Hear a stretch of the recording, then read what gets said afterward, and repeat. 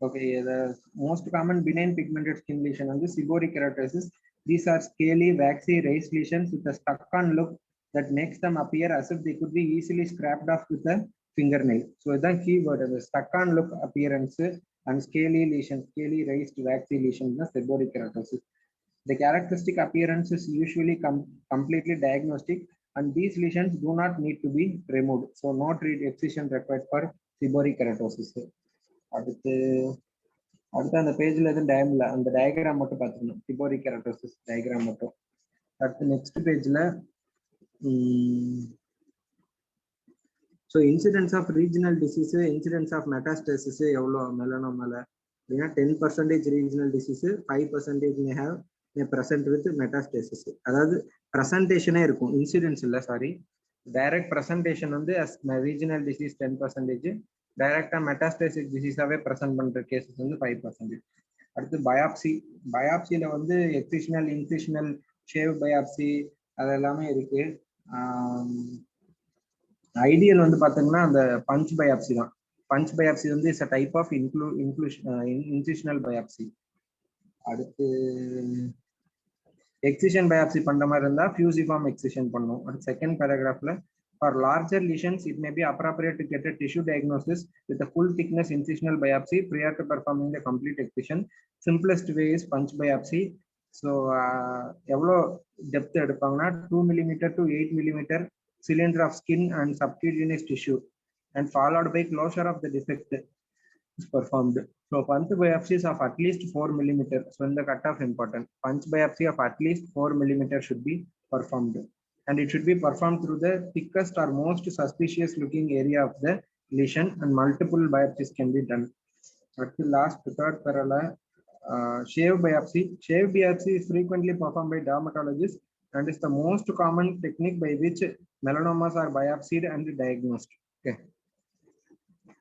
அதாவது அவங்க டெர்மட்டாலஜிஸ்ட்லாம் மேஜரா அந்த நேவை எக்ஸிஷனுக்கு வந்து இந்த இதை யூஸ் பண்ணியிருப்பாங்க. ஸோ அந்த மாதிரி இன்சிடென்ட்லாம் டிடெக்ட் ஆகிறது வந்து அதிகமாக இருக்கு. So overall most common type to டயக்னோஸ்னா ஷேவ் பயாப்சி. ஐடியல்னு கேட்டாங்கன்னா punch biopsy or incisional biopsy. அடுத்து பெத்தாலஜி. பெத்தாலஜியில வந்து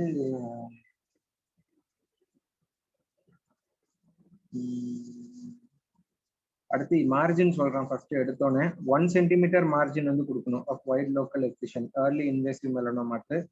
மெலனோமா இன்சூட்டிவா இருந்தா 5 mm மார்ஜின் இஸ் ரெக்கமெண்டட். அடுத்து ஹிஸ்டாலஜி. ஹிஸ்டாலஜில வந்து நம்ம 2 growth phase அப்படிலாம் தெரிஞ்சதுதான். பால்பபிளா எப்போ இருக்குன்னா during the vertical growth phase தான். அடுத்து next பேராகிராஃப்ல the most common histological type is superficial spreading type. So the types will be important. Most commonly, the superficial spreading most common. It appears on the trunk and proximal extremity, not distal extremity. அடுத்து first வந்து ரேடியலா grow ஆயிட்டே இருக்கும். அடுத்து next para lentigo maligna melanoma. Lentigo melanoma வந்து sun exposed areas of older individuals and present as flat, dark, variably pigmented lesions with irregular border and a history of slow development. அடுத்து so prognosis of lentigo maligna is better than for other subtypes given the superficial nature of this tumor. The superficial spreading most common trunk, proximal extremities. Lentigo malignoma old sun exposed areas la varum, better prognosis. அடுத்து next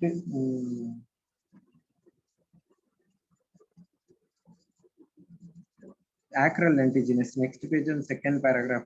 Acral lentiginous is classified by its anatomical site of origin. So they develop in the subungual area beneath the fingernails, palms of the hand, and soles of the feet. This is the most common type of melanoma in non-white patients. Overall, most common superficial spreading. Non-white in ketangana acral lentiginous. So histology is similar to melanoma arising on a mucous membrane. So diagnosis is usually at a larger stage for acral. அடுத்து so poor prognosis, அதனால it's often mistaken for subungual hematoma. Distinguishing feature of the subungual melanoma is that they do not change in position under the nail, while a hematoma should migrate distally with the growth of the nail. அதான் differential feature. இதுல வந்து position change ஆகாது. Next பேஜ்ல first diagram பார்க்கணும். ஆக்ரல் லென்டிஜினஸ் melanoma. அடுத்து nodular melanoma. நாடுலாரமா raised papular lesions. They do not always conform to the ABCD criteria, including a higher rate of amelanotic lesions. So this is MCQ, ரொம்ப important MCQ. Which melanoma has higher rate for amelanotic lesions? வந்து nodular, and they do not obey to ABCD criteria. அடுத்து last வந்து fifth type வந்து டெஸ்மோபிளாஸ்டிக் melanoma. டெஸ்மோபிளாஸ்டிக்ல ரெண்டு இருக்கு. MCQ வந்து மூணு point இருக்கு. ஒன்று வந்து they have the greater propensity for the local recurrence and often exhibit neurotropism. So frequently கேட்குற கொஸ்டின் இதுதான், நியூரோட்ராபிசம் எது? நியூரோட்ராபிசம் வந்து டெஸ்மோபிளாஸ்டிக் மெலனோமா, ஏமெலனாட்டிக் அதிகமாக இருக்கிறது நாடுலார் மெலனோமால. அடுத்து mixed desmoplastic melanoma have lymph node metastatic rate that are similar to other histological subtype. Sentinel biopsy should be considered for the usual indication in these cases. அடுத்து depth assessment. Depth அசஸ்மெண்ட்ல first Clark level of invasion based on the anatomical layers of the skin. அடுத்து பிரஸ்லோ வந்து vertical thickness வச்சு. So this is the distance from the top of the granular layer down to the lowest tumor cell. So carnium, lucidum, granulosum இதான் வந்து செல் layers. சிஎல்ஜி அப்படிதான் வரும். So அதில் வந்து granular லேயர்ல இருந்து ஸ்டார்ட் பண்ணி லோயஸ்ட் டியூமர் செல் வரைக்கும் மெஷர் பண்றதுதான் vertical thickness. It is the most accurate method of predicting the prognosis. So melanomas வந்து தின், இன்டர்மீடியட், திக்கு, அதாவது less than 1 to 4, more than 4 millimeter. இதே டிஎன்எம் ஸ்டேஜிங் எடுத்துக்கிட்டோம்னா நெக்ஸ்ட் பேஜ்ல அதுல வந்து 4 வரும். இதுல 3 தானே 4. ஸோ அதுல வந்து நடுவில் இருக்கிற இன்டர்மீடியட்டை வந்து ரெண்டா பிரிச்சுக்கணும், 1 to 2, 2 to 4 அப்படின்னு. ஸோ T1 வந்து less than or equal to 1, T2 வந்து 1 to 2, T3 வந்து 2 to 4, T4 வந்து மோர் தேன் 4. ஸோ இதெல்லாம் திக்னஸை வச்சு டி ஸ்டேஜிங். இதுல வந்து ஏ பி அப்படின்னு ரெண்டு இருக்கு, with ulceration, without ulceration. Ulceration இருந்தாலே பி. ஆனா வந்து அதுல கொஞ்சம் அல்சரேஷன் இருந்தா லைட்டா வந்து சைஸ் ரிலாக்ஸேஷன் கூட பண்ணலாம். அப்படின்னா T1B பாருங்க, T1B பார்க்கும்போது லெஸ் தேன் 0.8 வித் அல்சரேஷன் இருந்துச்சுன்னா அது வந்து T1A. அதே மாதிரி 0.8 to 1 இருந்தாலே அது T1B, with or without ulceration. So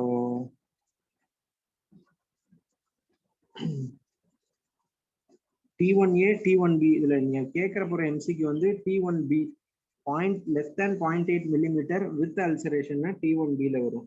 அவ்வளவுதான். மற்றபடி எல்லாத்துமே ஈஸி தான், மற்ற எல்லாம் இது மாதிரி எழுதிடலாம். அடுத்து என் ஸ்டேஜிங்ல வந்து இந்த என்எக்ஸ்ல ஒரு எக்ஸப்ஷன் பாயிண்ட் கொடுத்துருக்கான். Pathological N criteria is not required for T1 melanoma. Use clinical N criteria for the T1 melanomas. அடுத்து அதில் ஏபிசி N1, N2, N3 மூணு இருக்கு. எல்லாத்துலேயுமே ஏபிசி இருக்கு. இதுல வந்து இந்த sentinel lymph node biopsy detected, அதான் MCQ. One clinically occult that is detected by the sentinel lymph node பயாப்சினா அது வந்து N1A. கிளினிக்கலி டிடெக்டட்னா N1B. No regional lymph node disease but with ulceration மட்டும் இருந்துச்சுன்னா அது N1C. நம்ம அல்சரேஷன்னா அல்சரேட்டட் நோட்ஸ் மீன் பண்றோம். ஸோ அந்த N1B MCQ clinically detected, N1C வந்து ஒரு MCQ, no regional lymph node disease with ulceration.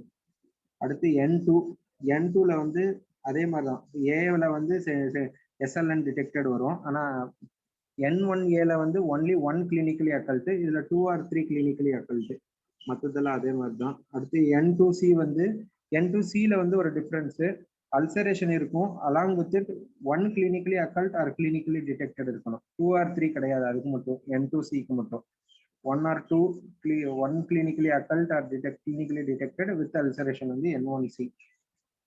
அடுத்து N3யும் N2 மாதிரியே தான், ஆனால் 4 or moreன்னு போட்டுக்கணும். அது எல்லா இடத்துலையும் 4 or more சப்ஸ்டியூட் பண்ணிக்கணும். N2C மாதிரி N3Cலையும் வந்து 4 or more வராது, 2 or more clinically occult with அது ஒன்று கிரைட்டீரியா வித் அல்சரேஷன். அப்படி இல்லாட்டி presence of any number of mated nodes. So இது கிளினிக்கல் சினாரியோல அடிக்கடி இந்த மேட்டட் நோட்ஸ் அதை வந்து கொடுக்குறான். ஓகே, ஸோ N3C வந்து important. Any number of matted nodes வந்து N3C. அடுத்து மெட்டாஸ்டேசிஸ்லயும் வந்து N3D. ஓ சாரி, அப்ப any number of matted nodes with ulceration இருந்தா அது N3C. வெறும் மேட்டர் நோட்ஸ் மட்டும் கொடுத்துருந்தானா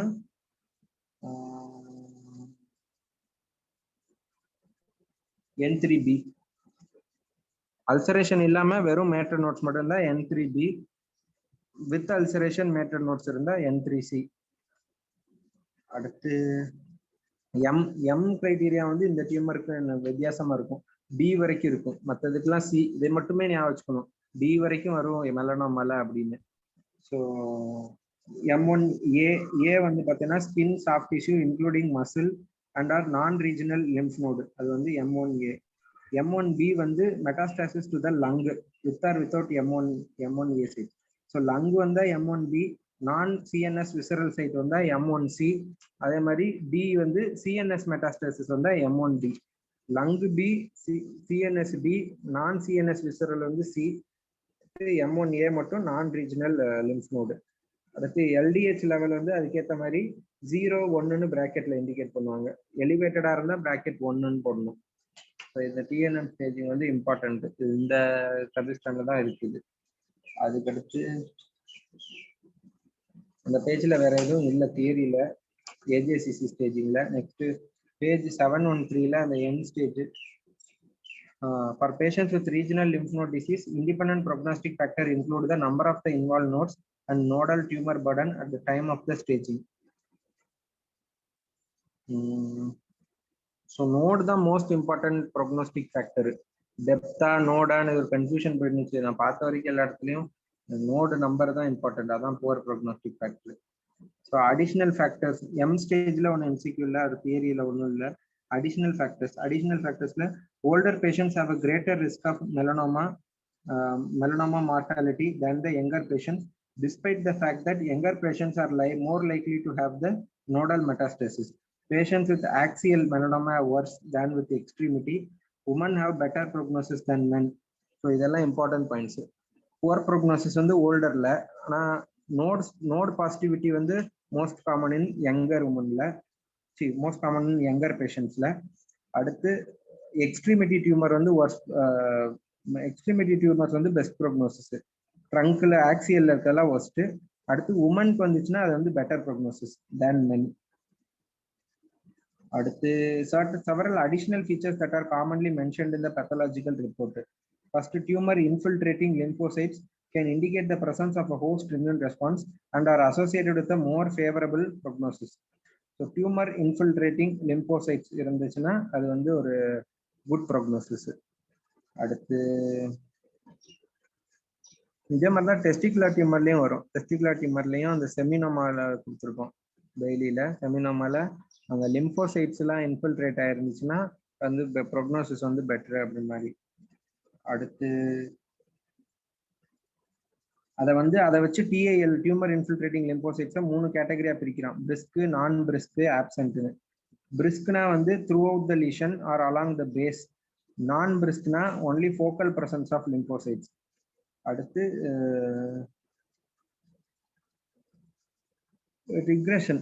regression defined as partial or complete loss of tumor cells has not clearly been shown to be an important factor affecting the metastasis or the survival. அடுத்து so இது ஒரு வித்தியாசமான point. regression is not important factor for metastasis or survival. அடுத்து next பேரால mitotic rate is no longer used to subclassify T1 melanoma. அடுத்து the number of mitosis per square millimeter is an important predictor of survival across all thickness category. So the presence of the mitosis in thin melanoma may still be used to select patients for the SLN biopsy, especially in the 0.8 to 0.76 to 0.99 millimeter thick thickness category, or in the 0.8 to 1 millimeter thickness category in the AJCC. நம்ம இது வந்து இப்போ டிஎன்எம்ல இல்லை அப்படின்னாலுமே mitosis இருந்துச்சுன்னா அது வந்து poor factor தான். அந்த மைட்டோசிஸ்ல வந்து இது எதுக்கு இப்போ யூஸ் பண்ணிட்டு இருக்காங்கன்னா மெயினாக அந்த எஸ்எல்என் பயாப்சி பண்றதுக்கு மட்டும்தான். ஸோ யூஸ்வலா வந்து T1 B இருக்குல்ல, அதாவது T1 B சாரி T2 லீஷன்ஸ்ல இருந்தா வந்து சென்டினல் லிம்ஃப் நோட் பயாப்சி வந்து பண்ணுவாங்க இதுல. ஆனா ஒருவேளை T1 இந்த 0.8 to 1 millimeter சைஸ்ல இருந்து, அதாவது T1 தான், T1B T1B வித் மைட்டோசிஸ் இருந்தாலும் கன்சிடர் பண்ணலாம். ஆனா இது இன்னும் ப்ரோட்டோகால்ல வரல. ஸோ எம்சிக்கு நம்ம கேட்கறது எப்படி கேட்போம்னா, SLN biopsies indicated for from which ஸ்டேஜ்னு கேட்பான். ஓகே, ஆன்சர் வந்து T2 தான். ஆனா இப்படி ஒரு ஸ்டேட்மெண்ட் கொடுத்தா இதுவும் ட்ரூ தான். அதாவது T1B வித் மைட்டோசிஸ் இருந்தாலும் it is an indication for biopsy. அடுத்து அந்த பியாண்ட் ஏஜிசிசியில் ஒன்றும் இல்லை, additional work up and imaging. அதில் second line patients clinically stage with localise stage 1 or 2 do not require any further testing unless symptoms prompt further evaluation. So stage 1, stage 2, no need for metastatic workup. Except only if they have the symptoms, we have to do metastatic workup. அடுத்து stage 3 detected by SLN biopsy வந்து imaging is controversial. அடுத்து patients with advanced stage 3 who have clinically detectable nodal metastasis or patients in earlier disease stages who present with symptoms suggestive of metastasis should undergo further imaging. So metastatic workup is indicated from which stage na? Advanced stage 3 disease la irundha metastatic workup வந்து use பண்ணணும். அடுத்து next பேஜ்ல so advance கேசஸ்ல என்ன பண்ணணும்னா, either bed CT பண்ணலாம், இல்லை CT scan of chest, abdomen and pelvis and MRI of the brain. இதுதான் வந்து கைட்லைன்ஸு. அடுத்து ட்ரீட்மெண்ட்ல வந்து வைட் லோக்கல் எக்ஸிஷன், அதில் வந்து அந்த 31.2 டேபிள். ஸோ இன்சுட்டோலிஷன் ஏற்கனவே சொல்லிட்டேன் 5 மில்லிமீட்டரு, லெஸ் தேன் 1 மில்லிமீட்டர்னா 1 சென்டிமீட்டர், 1 to 2னா 2 சென்டிமீட்டர், 2 to 4 மில்லிமீட்டருக்கும் 2 சென்டிமீட்டர். ஸோ மேக்ஸிமமே வந்து 2 சென்டிமீட்டர் தான், அதை ஞாபகம் வச்சுக்கணும். 1 to 2 இருந்தால் மட்டும் 1 to 2, ஓகே, 1 இருந்தால் 1, அதுக்கு தவிர மிச்சம் ரெண்டுத்துக்கும் 2 சென்டிமீட்டர் தான். ஸோ அந்த பாக்ஸுக்கு கீழே கொடுத்துருக்கிறது வந்து 1 centimeter margin may be associated with slightly greater risk of local recurrence in this pressure thickness category. There is no evidence that the margin more than 2 centimeter are beneficial. However, greater margins may be considered for advanced melanoma when local recurrence risk is high. இது ஒரு true or falls ஸ்டேட்மெண்ட்டாக கேட்டால் ட்ரூன்னு போடுங்க. மோர் தேன் 2 centimetre margin வந்து யாருக்கெல்லாம் use பண்ணுன்னா, advanced melanoma with high risk of recurrence, high risk for recurrence. அடுத்து இந்த right side மேலே செகண்ட் லைனு. ஸோ இது வந்து இந்த டெஃபினிஷன் தேவையில்லை, அதுக்கு முன்னாடி வேற இடத்துல வரும். ஸோ டெக்னிக் பேருங்க, டெக்னிக்ல வந்து margins of the excisions are third line la, the margins of the excision are measured from the edge of the lesion or the previous biopsy scar. So எங்க இருந்து margin calculate பண்ணனும்னா from the edge or from the previous biopsy scar edge ல இருந்து. அடுத்து excision of the fascia is not necessary in most cases but may be performed for patients with thick primary tumor and limited subcutaneous tissue in whom the deep margin is of concern. So fascia excision on அடுத்து இந்த பேஜ்ல last 2 lines. rotational tissue flaps or skin gaps are rarely necessary except for melanoma of the head and neck and distal extremity. So reconstruction வந்து மெயினா head and neck லயும் distal extremity லயும் we can go for flap or skin graft. அவ்வளவுதான். அடுத்து next page வந்துருங்க, 715. ஒரு நிமிஷம் தண்ணி குடிச்சுக்கிறேன்.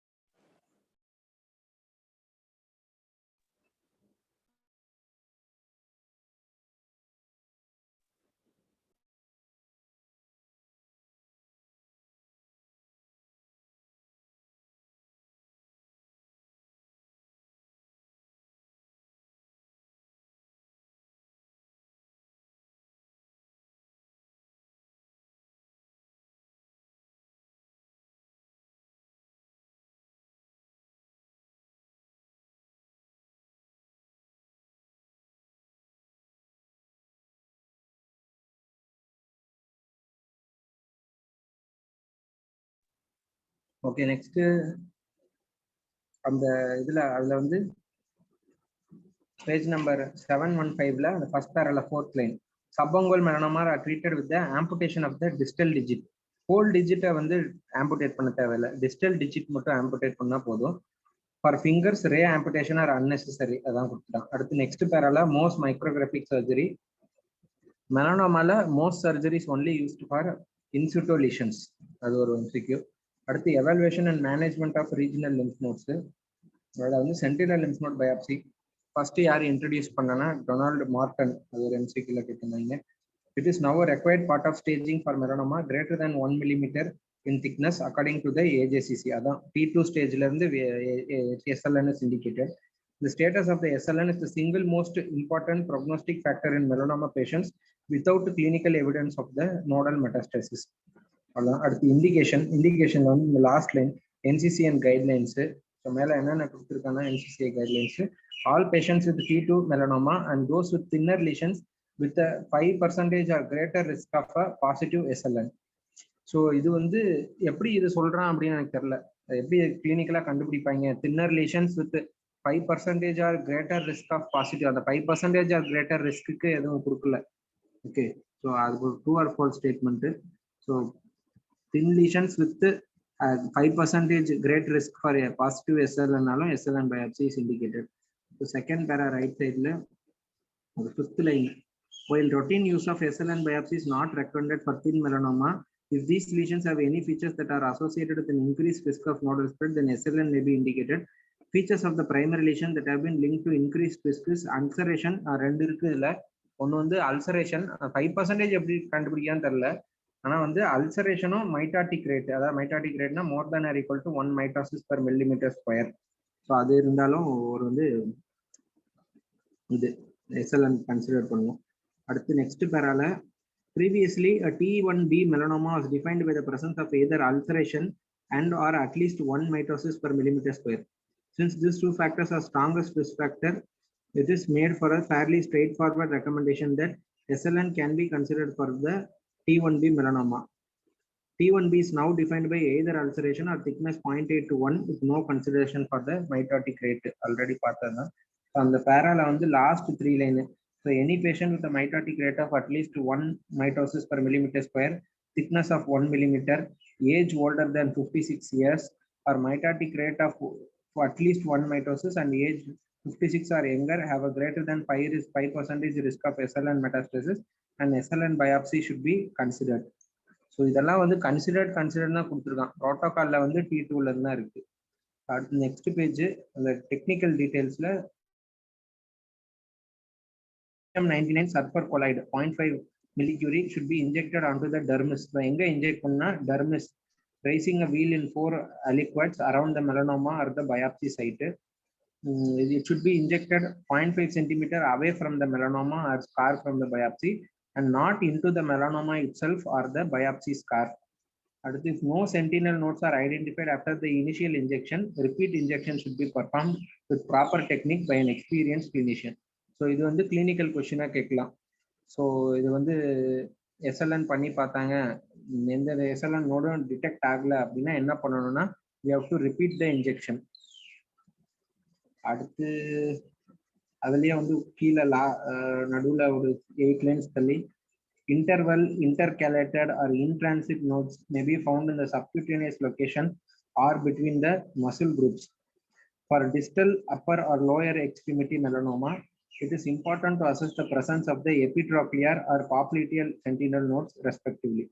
So distal upper limb க்கு வந்து popliteal nodes பார்க்கணும், lower limb ல வந்து இந்த upper limb ல epitrochlear, lower limb ல வந்து popliteal nodes வந்து பார்க்கணும். These interval nodes have the same risk of harboring melanoma cells as sentinel nodes in traditional nodal basin. So interval nodes sentinel nodes ஒன்றும் கிடையாது. ஓகே, ஆனா இந்த ரெண்டு இடத்துல இந்த ரெண்டு இன்டர்வல் நோட்ஸ் சொல்றான், எபிட்ரோக்லியரும் பாப்லிட்டியலும், they have the same risk of harboring the malignancy as the sentinel nodes. அடுத்து நெக்ஸ்ட் பேரால வந்து at operation. ஸோ ப்ரீஆப்பா வந்து நம்ம ஸ்டார்ட் பண்றதுக்கு சர்ஜரிக்கு முன்னாடி டெக்னீஷியம் 99 சல்ஃபர் கொலைடு இன்ஜெக்ட் பண்றோம். At the operation we have to inject the vital blue dye, that is isosulfan blue. So best வந்து எதுனா combined technique தான். So combined allows for the identification of sentinel nodes in 99% of the patients. அடுத்து next page போறேன். next pageல வந்து sentinel node definition சொல்றேன் 5th lineல. Sentinel node is defined as any lymph node that is the most radioactive node in the nodal basin. Any node that is blue, any node that has a radioactive count of 10% or higher of the most radioactive node in that basin, or any node that is palpably abnormal and suspicious for tumor. So 4 word: most radioactive in a nodal basin, blue color node, any node with radioactive count of 10% or higher of the most radioactive node in that basin. அடுத்து any node that is palpably abnormal and suspicious for tumor. அடுத்து ஒரு 5 lines தள்ளி the average number of sentinel nodes identified is 2 per nodal basin. So average sentinel node in melanoma, இது ஒரு frequent-ஆ கேட்குற question. So is 2. அடுத்து immediate frozen section histology should be avoided because even expert histopathologists have difficulty in diagnosing the micrometastatic melanoma. So frozen section biopsy is avoided in a இதுல மெலனோமால எப்பயுமே sentinel lymph node biopsy பண்ணிட்டு அதை வந்து பெர்மனண்டா தான் அனுப்பாங்க. ஆப்ரேஷனை வந்து முடிச்சிருவாங்க. Okay, ஆப்ரேஷனை முடிச்சுட்டு அப்புறம் அதை வந்து ஃப்ரோசன் செக்ஷன்லாம் பண்ண முடியாது, வெயிட் பண்ணி பார்க்கணும் ஹெச்பி ரிப்போர்ட்டுக்கு. ஹெச்பி ரிப்போர்ட் அப்படி பாசிட்டிவ்னு வந்தது அப்படின்னா அதுக்கடுத்து கம்ப்ளீஷன் லிம்ஃபடினெக்டமின்னு ஒரு ஸ்டேஜ் இன்னொரு ஆப்ரேஷன் பண்ணி அந்த இடத்துல இருக்க நோட்ஸ்லாம் ரிமூவ் பண்ணும். ஸோ இதுவும் important statement. Frozen section should be avoided in melanoma for sentinel lymph node. Okay, அடுத்து நெக்ஸ்ட் பேரால so SLN is more challenging the head and neck because of the rich lymphatic drainage. அடுத்து ஒரு line தள்ளி parotid SLN can be identified and removed usually without the need for the superficial parotidectomy. So parotid nodes can be removed without parotidectomy. A common site for cervical SLN is directly adjacent to the spinal accessory nerve, which should be visualized and preserved. So next MCQ is most common site for cervical sentinel lymph node. It is adjacent to the spinal accessory nerve. அடுத்து multi centre லிம்ஃபடினெக்டமி trial, அதாவது MSLT1. இதுல என்ன சொல்றாங்கன்னா அந்த ஃபர்ஸ்ட்ல இருக்க எல்லா லைனும் விட்டுருங்க, கீழே இருந்து ஒரு 4 line. The status of the sentinel lymph node was the strongest predictor of recurrence or death from the melanoma. அது சொன்னது வந்து இந்த MSLT1. அடுத்து நெக்ஸ்ட் லிம்ஃப் நோட் டிசெக்ஷன் ஹிஸ்டாரிக்கல்ல ஒன்றும் இல்லை, கம்ப்ளீஷன் லிம்ஃபடினெக்டமி பேருங்க. Next CLND is now used to remove the remaining lymph nodes in a regional nodal basin that is found to have a metastatic melanoma by the SLN biopsy. CLND allows one to identify the non-sentinel node metastasis. At the next page 718, third line. Only 15 to 20% of the patients with SLN positive micrometastatic lymph node disease have additional micrometastatic non-sentinel nodes after the CLND. So பாசிட்டிவாக வந்து நம்ம excise பண்ணிட்டோம், பாசிட்டிவாக வந்துருச்சு sentinel lymph node. So completion lymphadenectomy அந்த இடத்துல எல்லாத்தையுமே வந்து நம்ம தூக்கிட்டோம். ஸோ அதில் வந்து 15 to 20% கேஸில் மட்டும்தான் வந்து நான் சென்டினல் நோட்ஸில் மைக்ரோமெட்டாஸ்டஸ் இருக்கிறதுக்கு சான்ஸ். அடுத்து நெக்ஸ்ட் பேரால கீழே இருந்து ஒரு நடுவில் ஒரு 5 lines. Multiple different scoring system evaluating the burden of the micrometastasis has been developed with criteria including scoring. So அந்த lymph nodesல வந்து micrometastasis இருக்கா இல்லையான்னு இதுக்கு ஒரு criteria இருக்கு. It is based on the location of the tumor deposits, tumor cross sectional area, tumor diameter or depth of invasion into the lymph node. In general, the maximum diameter of the largest tumor deposit is the most prognostically significant tumor burden measure that can predict the survival and non-sentinel lymph node metastasis. So இது ஒரு MCQ. Non-sentinel lymph node metastasis predictor என்ன அப்படின்னா maximum diameter of the largest tumor deposit. அடுத்து MSLT2 trial and German dermatological DCOG SLT. அதுல வந்து என்ன சொல்றான்னா அந்த லாஸ்ட் ரைட் சைட்ல 3rd paragraph therapeutic lymph node dissection மேல BCOG and MSLT2 studies firmly established that it is safe and reasonable to avoid the CLND for the vast majority of the patients with positive SLN. The issue of this approach and the selection of the patients will be discussion below. So BCOG MSLT2 வந்து கொஞ்சம் வித்தியாசமான ஒரு ரிசல்ட்டை கொடுத்தது. அதாவது என்னன்னா எஸ்எல்என்டி positive SLN positive வந்தாலும் CNT வந்து நம்ம அவாய்ட் பண்ணலாம் அப்படிங்கிறாங்க. ஸோ அதுக்கு யாருக்கெல்லாம் அவாய்ட் பண்ணலாம் அப்படிங்கிறது கீழே கொடுத்துருக்கோம். தெரபியூட்டிக் லிம்ப் நோட் டிசெக்ஷன்ல ஃபர்ஸ்ட் பேரால last 4 lines. Palliative resection of bulky painful regional lymph node can be considered, recognizing that there will be a high risk of regional and distal metastatic recurrence in the absence of the effective adjuvant therapy. அடுத்து a therapeutic lymph node dissection should remove all the fibrofatty and lymphatic tissue in the involved regional nodal basin according to the standard anatomical boundary. So therapeutic lymph node dissectionல என்னென்ன நோட்ஸ்லாம் வந்து remove பண்றாங்க அப்படின்னா ஆக்சிலால வந்து level 1, 2, 3 எல்லாமே பிரஸ்ட்ல 1, 2 தான் மோஸ்டா remove பண்ணுவோம். இதுல வந்து 1, 2, 3 எல்லாமே ரிமூவ் பண்ணணும். This includes all fibrofatty tissue around the axillary vein, thoracodorsal and medial pectoral neurovascular bundle and long thoracic nerve. The pectoralis minor muscle may need to be divided near its insertion on the coracoid process in order to clear the bulky level 2 and level 3 nodes. At the next page la வந்து second parala the inguinal lymph node dissection includes the superficial inguinal அதாவது femoral lymph nodes and may also include the dissection of the deep or pelvic na internal iliac external iliac or the obturator nodes. Or 4 lines tally metastasis to the clockwork node which links the femoral and the iliac nodal chain underneath the linguinal ligament is a common indication for the pelvic node dissection. So first வந்து டைரக்டா pelvic nodes தான் disturb பண்ண முடியும். Superficial இன்குவைனல் lymph notes மட்டும் தான் remove பண்ணுவாங்க. அதுல அந்த கிளாக்வர்ட் நோட் பாசிட்டிவா இருந்துச்சுன்னா நான் வந்து அது பாசிட்டிவா இருந்துச்சுன்னா pelvic lymph node dissection வந்து பண்ணணும். Similarly, gross involvement of the multiple femoral nodes is another traditional indication for the pelvic. So ரெண்டு criteria for pelvic node dissection. One is clockwork node positivity or multiple node femoral node positivity. Next para for cervical lymphadenectomy, a functional neck dissection with sparing of the IJV and SIN is usually sufficient. அதாவது இது வந்து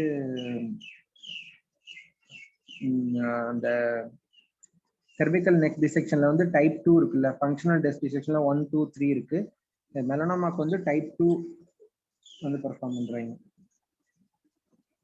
type 3னா எல்லாத்தையும் preserve பண்றது தானே? ஆமா. So type 2ல வந்து type 2 அடுத்து adjuvant therapy. So adjuvant தெரப்பில ஒரே ஒரு வேர்டு மட்டும் ஞாபகம் வச்சுக்கோங்க. ஸ்டேஜ் 3ல இருந்து நம்ம அட்ஜுவன்ட் தெரப்பி வந்து கொடுக்க ஆரம்பிக்கணும். ஆக்சுவலா சபிஸ்டன்ல வந்து ஸ்டேஜ் வைஸ் எப்படி ஸ்டேஜ் டிவைட் பண்ணிருக்கோம்லாம் கொடுக்கல. ஸோ தெரிஞ்சுக்க வேணாம். வெறுமனா சில பாயிண்ட் ஸ்டேஜை வச்சு மட்டும் ஞாபகம் வச்சுக்கலாம். அதாவது அந்த முன்னாடி ஒரு பாயிண்ட் சொன்னேன், மெட்டாஸ்டாட்டிக் ஒர்க்அப் வந்து அட்வான்ஸ்டு ஸ்டேஜ் 3 டிசீஸ்க்கு யூஸ் பண்ணணும்னு ஒரு பாயிண்ட் சொன்னேன். இப்போ இங்கே திரும்பி இன்னொரு ஸ்டேஜ் வச்சு ஒரு பாயிண்ட் சொல்றேன். ஸ்டேஜ் 3ல இருந்து அட்ஜுவன்ட் தெரப்பி வந்து நம்ம கொடுக்கணும். ஸோ ஹிஸ்டாரிக்கல் போயிடலாம் அட்ஜுவன்ட் தெரப்பியில. So the only FDA approved drug for melanoma was முன்னாடி ஃபர்ஸ்ட் அப்ரூவ் பண்ணது வந்து high dose interferon alpha 2B. Okay, so அந்த இம்யூனாலஜி சாப்டர்லயே பார்த்தோம். இன்டர்ஃபெரான் ஆல்ஃபா 2B இதுதான் வந்து ஃபர்ஸ்ட் யூஸ் பண்ணது மெலனோமாக்கு. அடுத்து தெரப்பி வந்து பார்த்தோம்னா நம்ம அங்கேயே தெரப்பி கொடுத்துருந்தாங்க. 1 month இன்டென்ஸ் ஐவி கொடுக்கணும், அப்புறம் 11 month வந்து சப்கியூட்டேனியஸ் இன்ஜெக்ஷன் வந்து கொடுக்கணும். சைடு எஃபெக்ட்ஸ் வந்து இந்த influenza like flu like symptoms தான். ஸோ செகண்ட் பேரால வந்து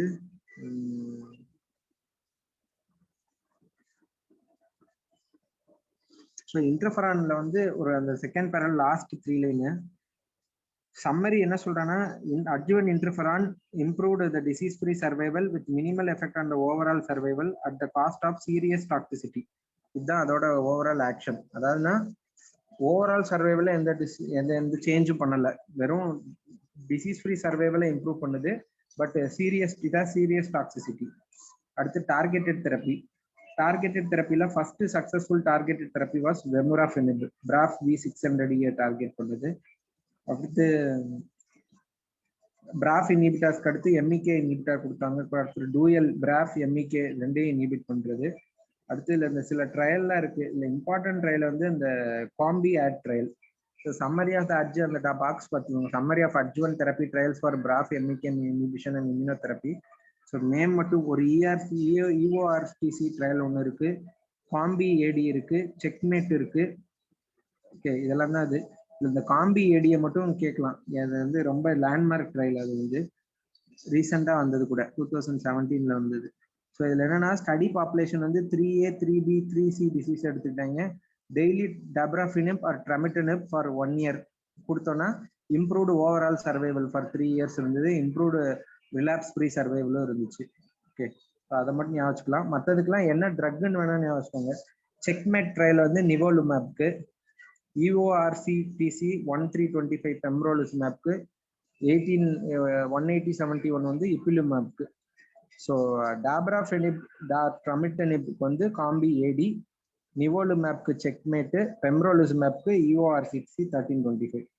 அது ஞாபகம் இருந்தா இருக்கட்டும். அடுத்து வந்து இம்யூனோதெரப்பி போயிடலாம். ஸோ இம்யூனோதெரப்பில இந்த last line, the first immunotherapy agent to gain approval for adjuvant therapy was the monoclonal anti-CTLA4 antibody ipilimumab. Okay, இப்போதான் பார்த்தோம். இப்பிலிமுமேப் வச்சு பண்ண ட்ரையல் வந்து ஃபர்ஸ்ட் EORTC 18071 ட்ரையல். ஸோ அடுத்து இதுல வந்து நெக்ஸ்ட் பேஜ் எடுத்துங்க. 721ல வந்து இன்னும் பெருசா MCQவே இல்லை. ஓகே, இந்த பேஜே விட்டுடலாம். அந்த ஃப்ளோ சார்ட்டை மட்டும் பார்த்துக்கிட்டா போதும். இந்த ஃப்ளோ சார்ட்ல என்ன பார்க்கணும்னா எப்படிலாம் இந்த வந்து ரெசிஸ்டன்ட் மெக்கானிசம் எப்படிலாம் டெவலப் ஆகுது அப்படின்னு பார்த்துக்கணும். ஸோ ஃபர்ஸ்ட் RTK அப்ரெகுலேஷன், அடுத்து RAS mutation, NF1 loss, P10 loss, இது 3 அந்த ஃபர்ஸ்ட் ஃப்ளோ சார்ட் படிக்கும் போதே சொன்னேன். இது 3. அடுத்து அந்த BRAF V600E amplification, BRAF V600E splice variants, அதாவது CRAF ஓவர் எக்ஸ்பிரஷன், அது ஒன்று. அடுத்து MAP3K8 அப்ரெகுலேஷன், அதாவது AKT mutation, MEK mutation. So என்னென்ன மியூட்டேஷன் ஞாபகம் வச்சுக்கணும்? RAS mutation, AKT mutation, MEK mutation. அப்புறம் லாஸ் வந்து NF1 P10. அடுத்து amplification over expression of BRAF V600E. இதெல்லாம் தான் ரெசிஸ்டன்ட் மெக்கானிசம். ஸோ அடுத்து நெக்ஸ்ட் பேஜ்ல வந்து ரேடியேஷன் தெரப்பியில் ஒரு இன்டர்மீடியட் ஒரு 10 லைன் தள்ளி. ஸோ ஹை ரிஸ்க்னா என்னன்னா, ஹை ரிஸ்க் பேஷண்ட்ஸ்னா என்னன்னா, was defined as 1 or more involved parotid nodes, 2 or more cervical or axillary nodes, 3 or more inguinal nodes. 2 or more cervical or axillary, 3 or more inguinal, அப்புறம் வந்து 1 or more parotid. First வந்து parotid, 1 or more parotid, 2 or more cervical or axillary, 3 or more inguinal. இதெல்லாம் வந்து high risk. அப்புறம் வந்து presence of extranodal extension, அப்புறம் maximum diameter of the largest lymph node greater than 4 centimetre, cervical lymph node இருந்தா 3 centimetre. So size வச்சு சொல்றான், number of notes வச்சு சொல்றான். இன்னொன்று வந்து எக்ஸ்ட்ரானோடல் எக்ஸ்டென்ஷன். ஸோ இதெல்லாம் வந்து high risk features. Last 3 lines வந்து high risk regional node disease would derive more benefit from the better adjuvant systemic therapy, immunotherapy, to reduce the risk of metastatic recurrence rather than adjuvant radiation therapy to improve the nodal basin disease control.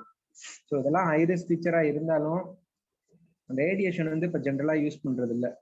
Okay, immunotherapy is better than radiotherapy. Okay, to reduce the risk of metastatic recurrence. அதை ஒரு point மட்டும் ஞாபகம் வச்சுக்கணும்.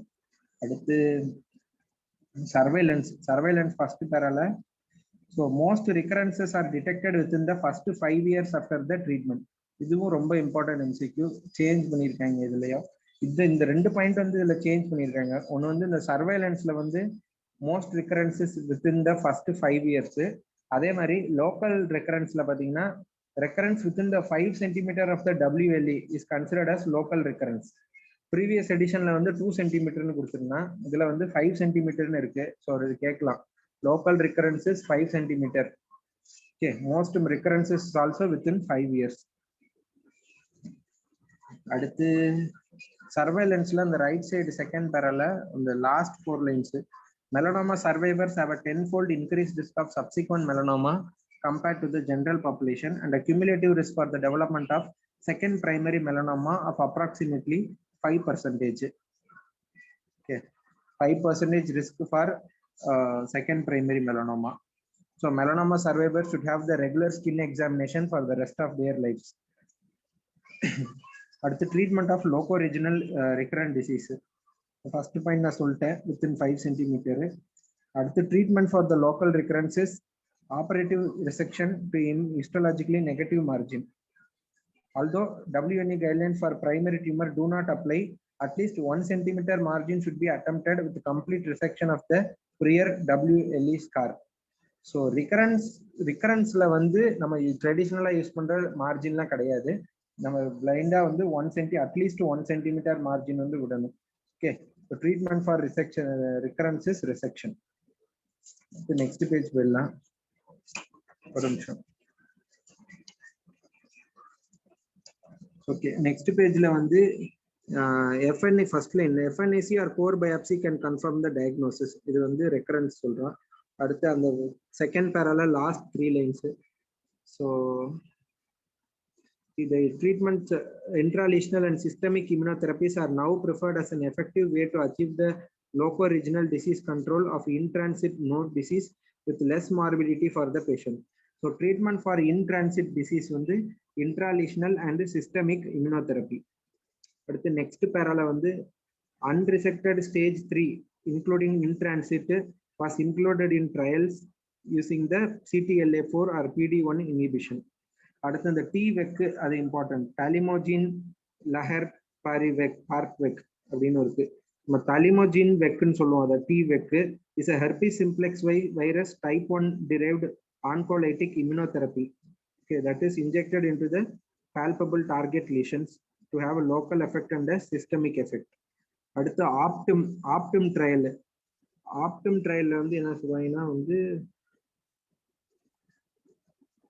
சரி, ஆப்டிம் trial வந்து ஒன்னு ஞாபகம். ஆப்டிம் trial is for melanoma ஞாபகம் தெரியுது. அடுத்து அந்த ரைட் சைட் செகண்ட் பேரால வந்து given the success seen with intralesional and systemic immunotherapy, they have become the first line treatment for patients with extensive in-transit disease that is not amendable to the surgical resection, simple resection. அடுத்து regional infusion of the chemotherapy. அந்த நம்ம பார்ப்போம்ல high perfusion chemotherapy அப்படின்னு ஒன்று, isolated lymph infusion அந்த மாதிரி. So it is only used in salvage situations in which the immunotherapy has been ineffective and the disease remains isolated to one extremity. அடுத்து regional node recurrence இல்ல அந்த first பேரால last 3 lines. If the nodal recurrence occurs after the adjuvant immunotherapy, an alternate adjuvant therapy strategy can be considered after the regional lymphadenectomy. So இது ஒரு சினாரியாவை கேட்கலாம். அதாவது surgery, அதாவது recurrence, அதாவது பேஷண்ட் வந்து அட்ஜுவன்ட் இம்யூனோதெரப்பி ரிசீவ் பண்ணிட்டான். அதுக்கடுத்து வந்து பேஷண்ட்க்கு வந்து நோடல் ரெக்கரன்ஸ் வந்துருச்சு. ஸோ இப்போ என்ன பண்ணலாம்னா ஆல்டர்னேட்டிவ் கம்ப்ளீட், அதாவது லிம்ஃப் நோட் டிசெக்ஷன் பண்ணிட்டு ரீஜனல் லிம்ஃபெடிக்னெக்டமி பண்ணிட்டு இப்போ வந்து ஒரு புது ட்ரக்கை வச்சு திரும்பியும் இம்யூனோதெரப்பி கொடுக்கணும். அதான் ட்ரீட்மெண்ட். அடுத்து அவ்வளோதான். இதுல ட்ரீட்மெண்ட் ஆஃப் மெட்டாஸ்டேட்டிக் டிசீஸ்லயும் ஒன்றும் இல்லை, எல்லாம் கதை தான். ட்ரக் எல்லாம் அவங்களுக்கு தெரிஞ்ச ட்ரக் தான் எல்லாமே. இதில் இந்த ரைட் சைடு இந்த தேர்ட் பேராகிராஃப்ல என்ன கொடுத்துருக்காங்கன்னா, இந்த ஜூவின் சொன்னதான் tumour infiltrating lymphocytes or chimeric antigen receptor T cell therapy, அதெல்லாம் இப்போ கொண்டு வந்திருக்காங்க. அதெல்லாம் தேவையில்லை, ஜஸ்ட் தெரிஞ்சுக்கணும். அப்புறம் இந்த பேஜ்லயே வந்து 724ல அந்த லாஸ்ட் 5 லைன்ஸ், 5வது லைன் கீழே இருந்து, so dual BRAF MEK inhibition with trametinib and dabrafenib has been shown to improve the overall response rates and survival compared to single agent trametinib or dabrafenib in BRAF mutant metastatic melanoma. So treatment for BRAF mutant metastatic melanoma என்னன்னா dual BRAF and MEK inhibition, that is with trametinib and dabrafenib. So அடுத்து next பேஜ்ல வந்து immunotherapy ட்ரையல்ஸ்லாம் கொடுத்துருக்காங்க. இந்த immunotherapy ட்ரையல்ஸ்ல வந்து தெரிஞ்சுக்க வேண்டியது வந்து இந்த checkmate, combi D, combi V அதெல்லாம் வரும். லாஸ்ட் ட்ரையல் கீ நோட் ட்ரையல்னு ஒன்று இருக்கு, அது தெரிஞ்சுக்கணும்.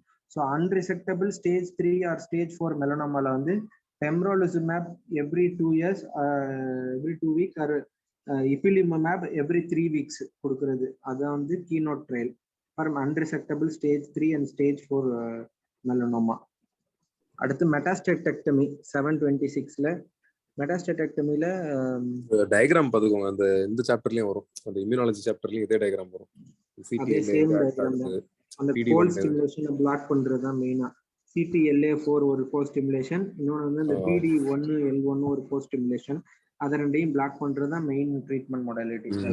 இந்த டயக்ராம் அந்த சாப்டர்லயும் வருது, இம்பார்ட்டன்ட் டயக்ராம். ஓகே, அடுத்து ஸோ மெட்டாஸ்டெக்டமில வந்து 5th லைனு, ஸோ 5th இல்லை ஒரு 6th line, resection of the oligometastatic disease in well selected patients can lead to a 5-year survival ranging from 15 to 40%. Even patients with brain metastasis may benefit from the complete resection. So oligometastatic disease na we can go for metastasectomy. அடுத்து special situations and non-cutaneous melanoma. First வந்து unknown primary melanoma. அதுல வந்து first para last 4 lines. Women should undergo a thorough pelvic examination and an ophthalmic examination may be required to rule out the ocular melanoma. இது unknown primaryல சொல்றான். அடுத்து மேல right side மேல first 2 lines. In the setting of the lymph node metastasis without a primary lesion, the patient should be treated as a patient with the stage 3 melanoma. ரொம்ப important. Lymph note positivity ஆனா வந்து unknown பிரைமரினா எந்த ஸ்டேஜ்ல போடணும் மெலனோமானா stage 3 melanoma. அடுத்து melanoma and pregnancy, அதுல வந்து 8th line, any nevus or pigmented lesion with suspicious changes during pregnancy should not be attributed to hormones or the expected physiology of the pregnancy. So change in a nevus is not physiological nor hormonal in pregnancy. Second பேரல வந்து treatment சொல்றான். Pregnant patients வந்து நான் pregnant patients மாதிரியே தான் treat பண்ணோம். நம்ம exercise பண்ணலாம் அண்டர் எல்ஏ. ஏன்னா வந்து vital blue should not be avoid. அந்த சென்டினல் லிம்ப் நோட் பயாப்சி பண்ணும்போது அந்த vital blue dye should be avoided.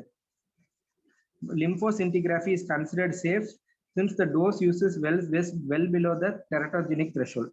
நம்ம நினைப்போம் இது லிம்போசின்டிகிராஃபி யூஸ் பண்ணக்கூடாதுன்னு, ஆக்சுவலா அது யூஸ் பண்ணலாம், that is safe. Vital blue dye should not be used. அடுத்து அந்த லாஸ்ட் கீழ இருந்து இந்த last 6 lines. WLE under local anesthesia with 1 centimeter margin can be performed with a wider margin excision and SLE reserved until after the baby is delivered. Okay. So pregnancy-ல வந்து 1 centimeter margin கொடுத்தா நம்ம resect பண்ணோம். Wider margin ரிசெக்ஷனோ இல்லை SLN biopsy அதெல்லாம் வந்து டெலிவரிக்கு அப்புறம் தான் பண்ணணும். அடுத்து பிளசண்டா, இது வந்து மதர்ல இருந்து சைல்டுக்கு போற tumour. பிளசண்டா should be examined pathologically for evidence for melanoma in who develop melanoma during the pregnancy as a marker of metastasis as well as possible transmission to the children. For patients with tumors with poor prognostic factor, it may be advisable to wait for 2 to 3 days before the next pregnancy. Okay. So எவ்வளவு year wait பண்ணும் after melanoma ட்ரீட்மெண்ட்னா 2 to 3 years. அடுத்து நான் cutaneous மெலனோமாஸ். அடுத்து ocular melanoma occurs in iris, ciliary body, choroid. So treatment வந்து enucleation or iodine 125 brachytherapy. அதான். அடுத்து next பேஜ்ல first line. So metastatic spread of the ocular melanoma occurs hematogeneously. The important point.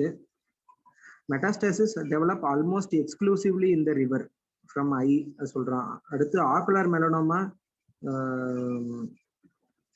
resection is rarely possible because the pattern of metastasis is often a diffuse miliary one. இதுவும் important. ocular melanoma hematogenous spread exclusively to liver. ஆனா ocular melanoma liver போச்சுன்னா we can't resect because it is diffuse type. Ocular melanoma is less responsive to immunotherapy compared to the cutaneous melanoma. இது ஒரு MCQ. Less responsive to immunotherapy. அடுத்து mucosal melanoma most common in the head and neck radiation. So radiation therapy can maybe used to improve the local regional disease control. Excision தான் பண்ணும். அடுத்து அந்த extensive operations such as the APR, pelvic excenteration, they do not improve the overall survival. Okay. Negative margin வச்சு exercise பண்ணா போதும். அடுத்து for anal melanoma negative SLN biopsy in the superficial inguinal region would omit that region from the radiation field. So unlike ocular melanoma, it appears that the response rate to immunotherapy for mucosal melanoma is similar to that of the cutaneous melanoma. So immunotherapy, it is not used in ocular. In cutaneous, it is in mucosal, it is similar, effect is similar to the cutaneous types. அடுத்து நான் melanoma skin cancer முடிச்சிடலாம் கம்மியாவே. அடுத்து நான் melanoma skin கேன்சர்ல ஒரு நிமிஷம்.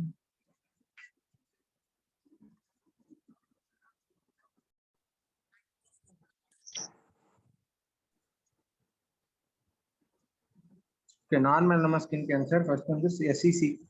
So SEC oda risk factors வந்து fair skin, blonde hair, blue eyes. The blue eyes, blonde hair இதெல்லாம் important. அடுத்து prolonged sun exposure, cumulative radiation அதெல்லாம் தெரிஞ்சதுதான். அடுத்து மேல செகண்ட் பேரால so there is a direct carcinogenic effect of the UV light on the frequently dividing keratinocytes within the basal layer of the epidermis. So from where does SEC arise? Basal layer. So mutation la vandu UVB induced silencing of the P53 mutation occurs in more than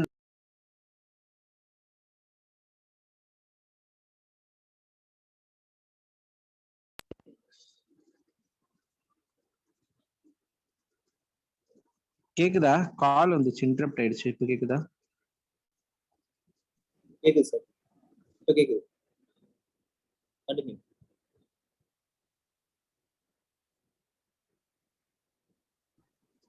hello, கேக்குது sir, continue பண்ணுங்க sir. Basal layer of epidermis. So, basal layer P53 mutation occurs in more than 90% of the SCC. So, அடுத்து next para occupational and environmental carcinogen including arsenic. பார்த்தோம் arsenic. யாராவது arsenic tumorலாம் சொல்ல முடியுமா? Hello.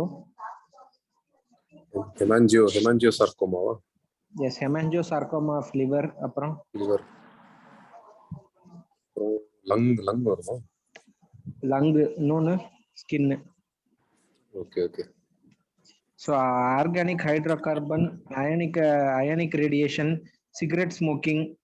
So ionizing radiation important, organic hydrocarbon, arsenic அதெல்லாம் வந்து risk factor.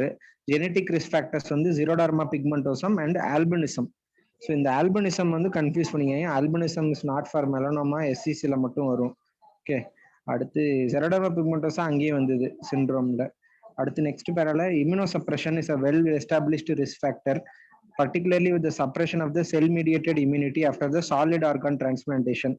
Okay, so most common on the skin cancer is the most common after organ transplant, with SCC and BCC representing 95% of these cancer, whereas the risk of BCC increases tenfold after transplantation. The incidence of the SCC is 65 times that of the normal population. அடுத்து SCC தெரியும், BCCயும் வருது after organ transplant cancerல வரதுல. அடுத்து last 3 lines, BRAF inhibition used to treat the melanoma is associated with the development of the SCC. So melanoma treatmentக்கு நம்ம BRAF therapy கொடுக்குறோம். அந்த BRAF therapy வந்து SCC cos பண்ணுது. இந்த மாதிரி அங்க ஒரு பாயிண்ட் பார்த்தோம், அது வந்து என்னன்னா other skin malignancy is also a risk factor for melanoma. So அதெல்லாம் ஞாபகம் வச்சுக்கணும். அடுத்து next para, most SCC begin with the proliferation of the keratin cells in the basal layer of the epidermis. That is called as the actinic keratosis or the solar keratosis. In the page last line 4 lines, Bowen's disease, which appear histologically as SCC in situ, initially manifest as a reddened area that progress to the thickened plaques of variable sizes. When it is confined to the glans penis or vulva, Bowen's disease is sometimes referred to as the erythroplasia of the curate. So Bowen's disease na enna, Bowen's disease or erythroplasia of curate is involvement of the glans penis or the vulva. Okay.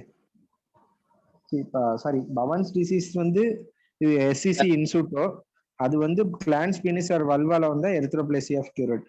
அடுத்து treatment, இதுல எங்க அந்த syndrome பத்தி நான் கொடுக்கவே இல்லை. Ferguson Smith syndrome, அது வந்து பெய்லியில இருக்கு ஆக்சுவலா, இதுல இல்ல. அதையும் ஞாபகம் வச்சுக்கோங்க. ஃபெர்கூசன் ஸ்மித் சிண்ட்ரோம்ல மல்டிபிள் செல்ஃப் ஹீலிங் SCC. அடுத்து ட்ரீட்மெண்ட்ல வந்து unlike melanoma, SCC T category is based on the diameter of the lesion. Okay, அங்க டெப்த், இங்க வந்து diameter. எது?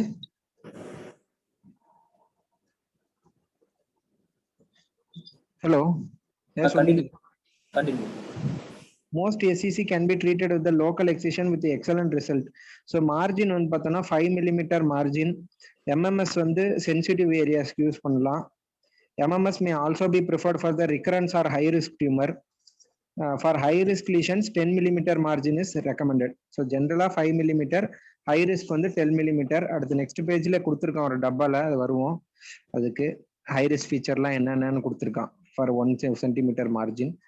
ஸோ இந்த ரைட் சைடு மேலே வந்து cryotherapy is suited for a small superficial lesion, a local control rate more than 90%. அடுத்து curettage is used for superficial lesion less than 2 cm. In precursor lesion of SCC such as the actinic keratosis, cryotherapy is a commonly performed therapy. So tissue biopsy is indicated when the actinic keratosis is raised or recurrent after the topical therapy. அடுத்து next parallel, SLN biopsy may have a role in the high risk lesions.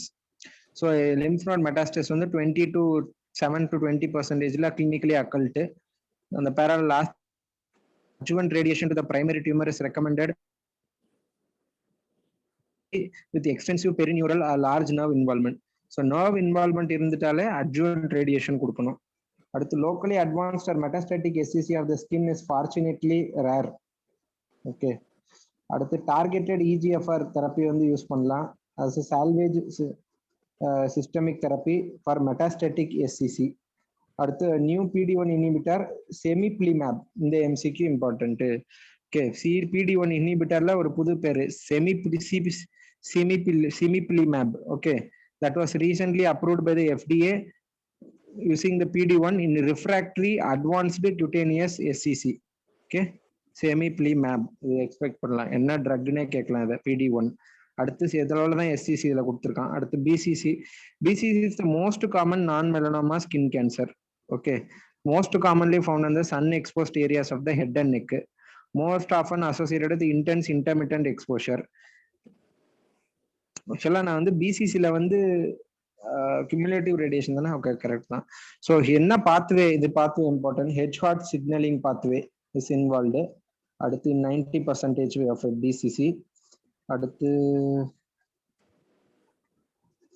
Last 2 lines பார்த்தா போதும். Both activating mutation இந்த SMO smoothened protein and inactivation protein in the patched protein have been linked to BCC. So 3 வார்த்தை ஞாபகம் வச்சுக்கணும். பெத்தோஜெனிசிஸ்ல Hedgehog signaling pathway more than 90%.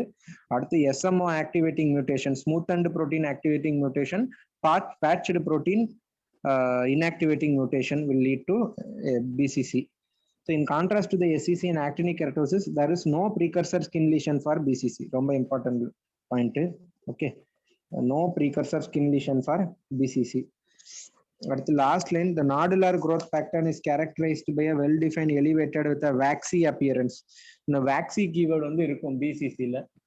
அடுத்து actinic keratosisலயும் அந்த waxy வரும். அந்த diagram important. Nodular BCC, a central depression with umbilication or ulceration and rolled edges is a classical sign. First nodular BCC பத்தி சொல்லிட்டான். அடுத்து cystic BCC, they are less common but they have a distinctive translucent appearance. Okay, அடுத்து they are blue gray, they are misdiagnosed as blue nevus. அடுத்து superficial BCC, so more macular growth pattern and may extend over the surface of the skin in a multicentric pattern. அடுத்து morphiform BCC ன்னு ஒன்று இருக்கு.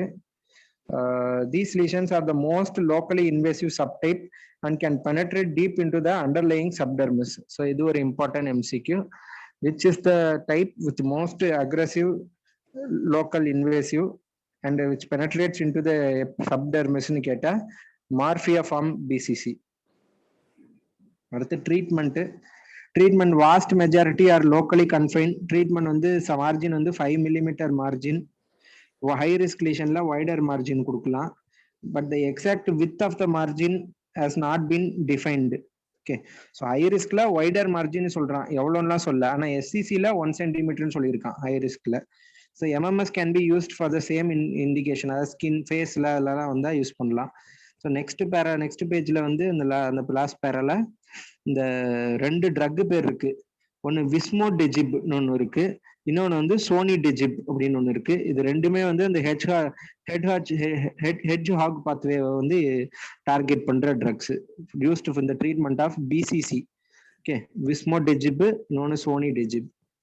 So அடுத்து வந்து இப்போ அந்த risk factors பார்த்துடலாம். Risk factor for local recurrence table 31.5. எஸ்சிசியோட ரிஸ்க் ஃபேக்டர்ஸ் என்னன்னா area L, area M, area H.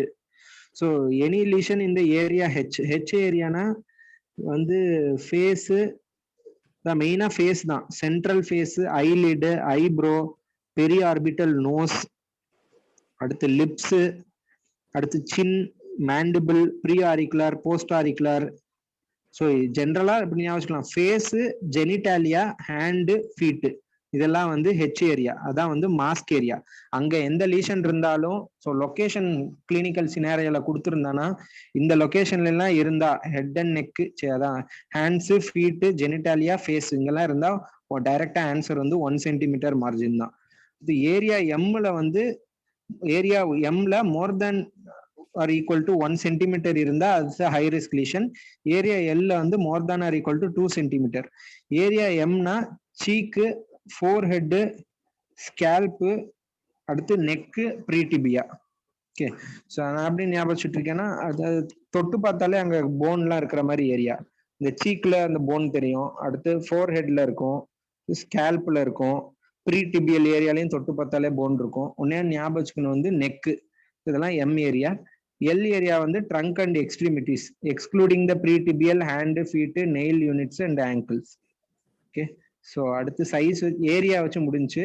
Border வந்து நம்ம எழுதிடலாம், புவர்லி டிஃபைன்டு, அப்புறம் ரிகரண்ட் லீஷன்ஸு, அப்புறம் prior radiation therapy, rapidly growing tumour, neurologic symptoms இதெல்லாம் இருந்தால் ஹை ரிஸ்க். அப்புறம் புவர்லி டிஃபரன்ஷியேட்டட் டியூமர்ஸு, அடுத்து அகாந்தோலைட்டிக், அடினோஸ்குவாமஸ், டெஸ்மோபிளாஸ்டிக், மெட்டாபிளாஸ்டிக் சப்டைப்ஸ், இந்த மாதிரி ஒரு வித்தியாசமான சப்டைப்லாம் இருக்கிறதாலும் அது ஹை ரிஸ்க்னு எடுத்துக்கணும்.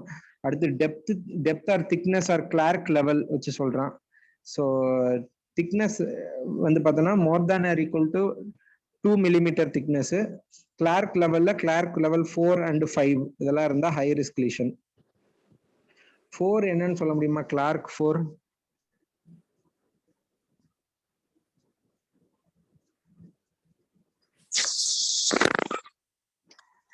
ஒரு எம்சிக்யூல கேட்டு வச்சிருந்தேன். அதாவது கிளினிக்கல் சினாரியோ மாதிரி கொடுத்துட்டு இந்த லெவல் வரைக்கும் ஆகுது அப்படிங்கிற மாதிரி. பெய்லில இருக்குன்னு நினைக்கிறேன் கிளார்க் லெவல். கிளார்க் வந்து லேயர் தானே சார்? லேயர் தானே சார்? Tablet dermis. அதுதான் கேக்குறேன் என்னன்னு. இந்த பாப்புலர் டெர்மிஸ் 4 5 ஞாபகம் வச்சுக்கணும். நம்ம ரெட்டிகுலர் டெர்மிஸ்க்குள்ள போறதான் வந்து 4. லெவல் 3 வரைக்கும் பாப்புலர் டெர்மிஸ் வரைக்கும் தான் இருக்கும். ஓகே, ஏன் இந்த 4 5 மட்டும் ஞாபகம் வச்சுக்கோங்க முடிஞ்சா. 4 வந்தா if it involves the reticular dermis it is stage 4. if it involves the subcutaneous tissue it is stage 5. அப்புறம் அந்த பாப்புலரி டெர்மிஸ் வரைக்குமே 3 லெவல் கொடுத்துருப்பான். ஓகே, எபிடெர்மிஸ்ல மட்டும் இருந்தா லெவல் 1, பாப்புலரி டெர்மிஸ் வரைக்கும் போனா லெவல் 2, பாப்புலரி ரெட்டிகுலர் டெர்மல் ஜங்ஷனுக்கு போனா ஸ்டேஜ் 3. அந்த இதை தான் நம்ம விட்டுருவோம், அந்த ஸ்டேஜ் 3 தான். அதான் ஸ்டேஜ் 4 டைரக்டா ஞாபகம் வச்சுக்காங்க. ரெட்டிகுலர் டெர்மிஸ் இன்வால்வ் ஆனாலே இட் இஸ் ஸ்டேஜ் 4. ஒரு சினாரியோல கேட்டிருந்தோம் அந்த மாதிரி, டியூமர்ஸ் இன்வால்விங் த ரெட்டிகுலர் லேயர், என்ன ட்ரீட்மெண்ட், எவ்வளவு லீஷன் மார்ஜின் அப்படின்னு. ஸோ ட்ரீட்மெண்ட்ல ஸோ அவ்வளோதான். அடுத்து பிசிசி இதே மாதிரி தான் வரும். Any area H, M area more than 10, L area more than equal to 20, poorly different, recurrent அதெல்லாம். இதுல இந்த பேத்தாலஜிக்கல் டைப்ல வந்து நம்ம 2 பார்த்தோம், நோடுலார், சூப்பர்ஃபிஷியல் அப்படின்னு. அது ரெண்டுமே வந்து லோ ரிஸ்க். ஓகே, மற்றபடி ஹை ரிஸ்க்னா இந்த நம்ம பார்த்த மார்பியா ஃபார்ம் பேட்டர்ன் அதான் வந்து ஹை ரிஸ்க் டைப்பு. அவ்வளவுதான் இதுல. அடுத்து மெர்க்கல் செல் கார்சினோமா. அடுத்து இந்த குட்டி குட்டி இருக்கிறது வந்து ரொம்ப important. Okay, Merkel cell carcinoma is rare but aggressive malignant neoplasm, locally aggressive with high local recurrence and potential for regional and distant metastasis. There is a debate whether Merkel cells arise from the epidermal or neural crest progenitor. So the next page வந்து Next line on the emerging evidence that Merkel cell polyoma virus causes this. So the incidence of the MCC appears to be rising at a faster rate than the cutaneous melanoma. This is important point. மெலனோமாவோட இப்ப இது அதிகமா வந்துட்டு இருக்கு. இது அதிகமா வரும்னு சொல்ல, இந்த ரேட் ஆஃப் இன்சிடென்ட்ஸ் வந்து இதுக்கு அதிகமா இருக்கு இப்போ எம்சிசிக்கு. So MCC is usually appears as a painless. இது ஒரு MCQ. raised nodule often red or purplish. அடுத்து it is most commonly found in the sun exposed area.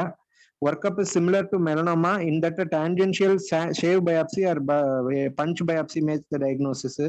So அடுத்து இந்த சைடு ஏஜேசிசி வந்துருங்க. இந்த right side first line. AJCC has a separate staging system for MCC. இது ரொம்ப important. Based on the tumor diameter rather than the depth of invasion. Okay. SCC மாதிரி diameter use பண்றான். அடுத்து எக்ஸிஷன் margin வந்து இதுக்கு இம்பார்ட்டன்ட். இதுக்கு வந்து கொஞ்சம் வைடர் மார்ஜின் 1 to 2 சென்டிமீட்டர். ரெண்டு இதுக்கு நல்ல வைடர் மார்ஜின் ஒன்று வந்து இது மெக்கல் செல் கார்சினோமாக்கு வந்து 1 to 2. அப்புறம் வந்து டெர்மட்டோஃபைப்ரோசார்கோமா ப்ரொட்ரூபரன்ஸ்னு அடுத்து வரும். அதுக்கு வந்து 2 to 4 centimetre margin. Maximum margin வந்து அந்த டிஎஃப்எஸ்பிக்கு தான். ஸோ அடுத்து SLN biopsy is generally recommended for all T stage. So all patients with MCC should undergo sentinel lymph node biopsy. Merkel cell melanoma வந்து only from stage 2. So it will identify for the identification of the patients with the occult regional lymphatic metastasis. So SLN பாசிட்டிவா இருந்தா நம்ம CLND பண்ணணும். அதுக்கடுத்து chemotherapy வந்து is platinum based with or without etoposide. Okay, platinum based with or without etoposide. அடுத்து pembrolizumab கொடுக்கலாம், அவிலுமேப் இதெல்லாம் கொடுக்கலாம் இதுக்கு. ஓகே, அடுத்து cutaneous angiosarcoma அடுத்து. So soft tissue sarcoma derived from the blood or lymphatic vessel endothelium. So angiosarcoma, it's not only from blood vessel but also from the lymphatic vessels.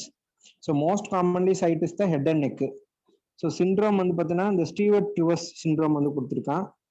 So is the setting of the chronic lymphedema after axillary dissection for the breast cancer and may arise in the irradiated tissue after prolonged interval.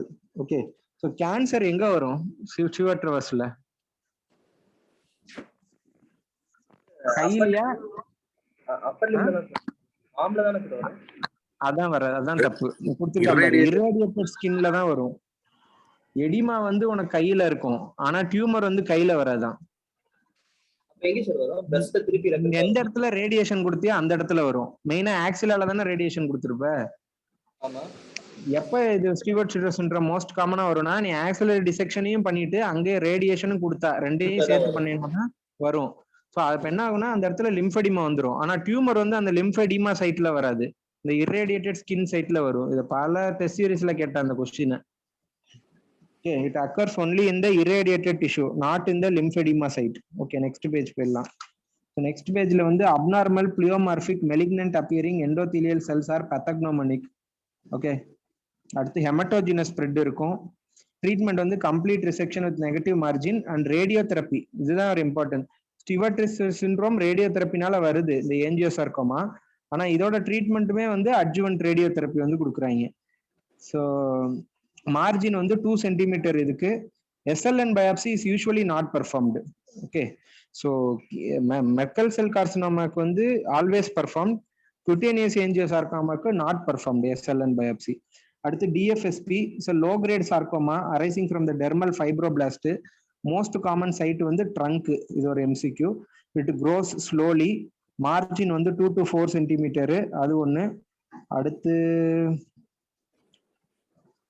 so variant of DFSP is associated with the fibrosarcomatous change.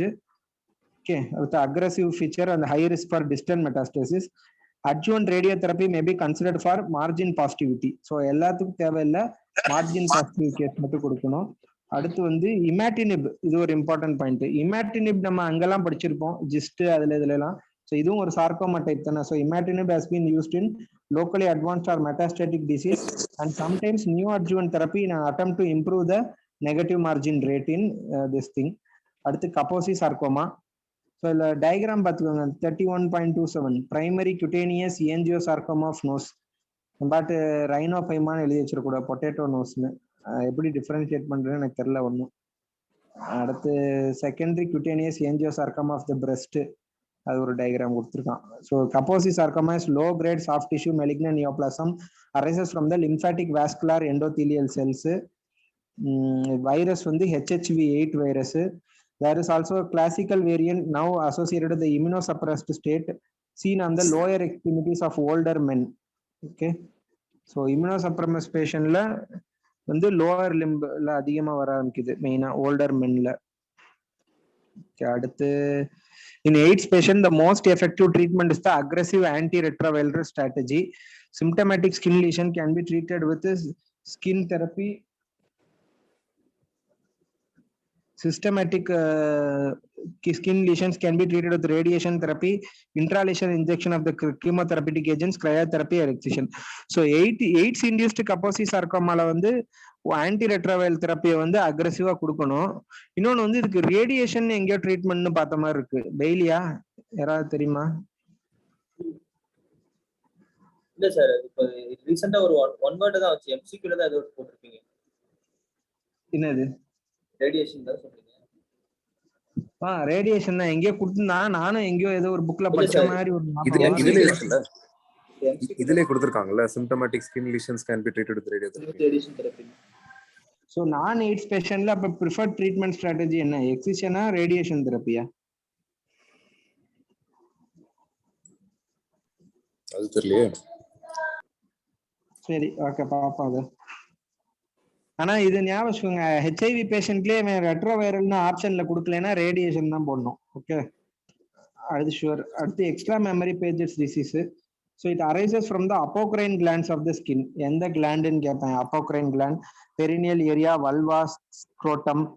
So erythematous plaque but white or pigmented lesion with crust and scaling may also be present.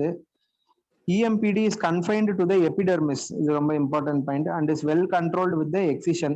When the invasion of the deeper structures occurs, the disease becomes increasingly difficult to control and mortality rate approaches the 50%. So usually it is confined within the epidermis.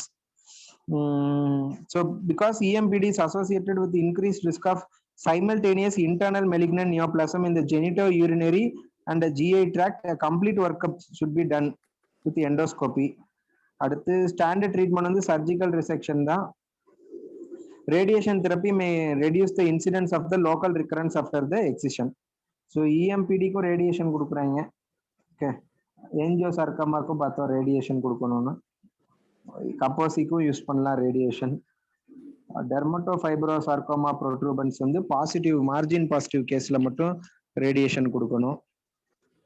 Merkel செல் கார்சினோமாக்கு வந்து radiation கொடுக்கலாம். அது வந்து ஒரு radio sensitive tumour தான். Okay, அது ஒரு line விட்டுட்டு நான் MCC is relatively radio sensitive tumor and adjuvant radiation has been shown to reduce the local recurrence rate at the primary tumor site. Okay, அவ்வளவுதான். பெரிய சாப்டர் தான் நினைக்கிறேன்ல. எவ்வளவு பெரிய? ஆமா, 30 பக்கம் இருக்கு. ஓகே, சரி, நைட்டு பார்ப்போம். நைட்டு பெய்லி வந்து ஜெனரல் ஆரம்பிக்கிறேன். தேங்க்யூ யோகேஷ். ஓகேடா, பாய். தேங்க்யூடா, பாய். Bye sir.